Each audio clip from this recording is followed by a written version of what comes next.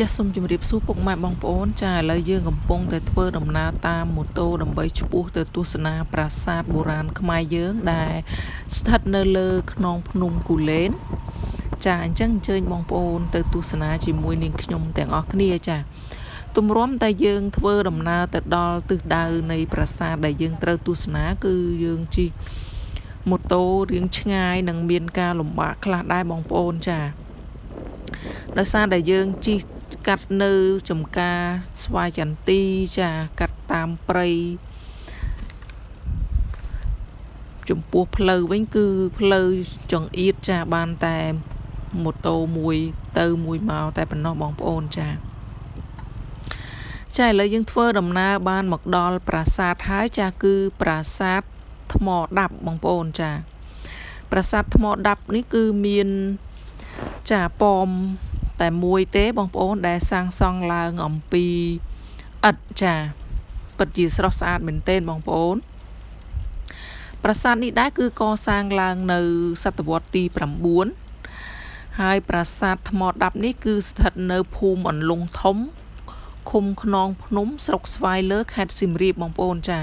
គឺនៅលើខ្នងភ្នំគូលែនសាងសង់អំពីឥដ្ឋបែរមុខទៅទិសខាងកើតចាចំពោះសសរពេជ្រនៃប្រាសាទគឺមានរាង8ជ្រុងហើយផ្តែរមានលក្ខណៈជាក្បាច់ស្លឹកមានក្បាលរាហូនៅចំផ្នែកកណ្ដាលទម្រង់ក្បាច់នៃផ្តែរមានលក្ខណៈ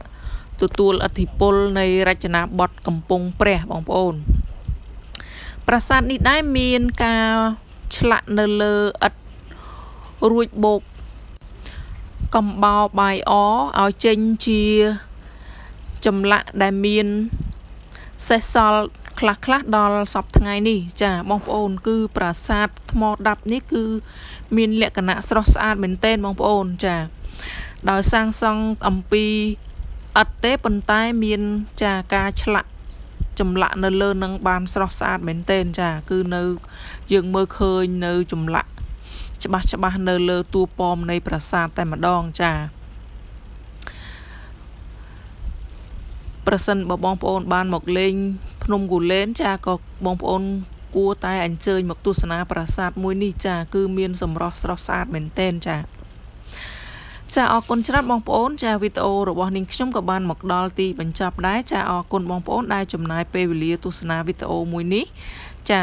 សូមជួយ Subscribe Channel YouTube នាងខ្ញុំម្នាក់មួយផងចាដើម្បីទទួលបាននៅវីដេអូថ្មីចានឹងជាកម្លាំងចិត្តដល់នាងខ្ញុំចាធ្វើវីដេអូជូនបងប្អូនទស្សនាទៀតចាពេលនេះនាងខ្ញុំក៏សូមអរគុណចាសូមជម្រាបលាជួបគ្នានៅវីដេអូក្រោយ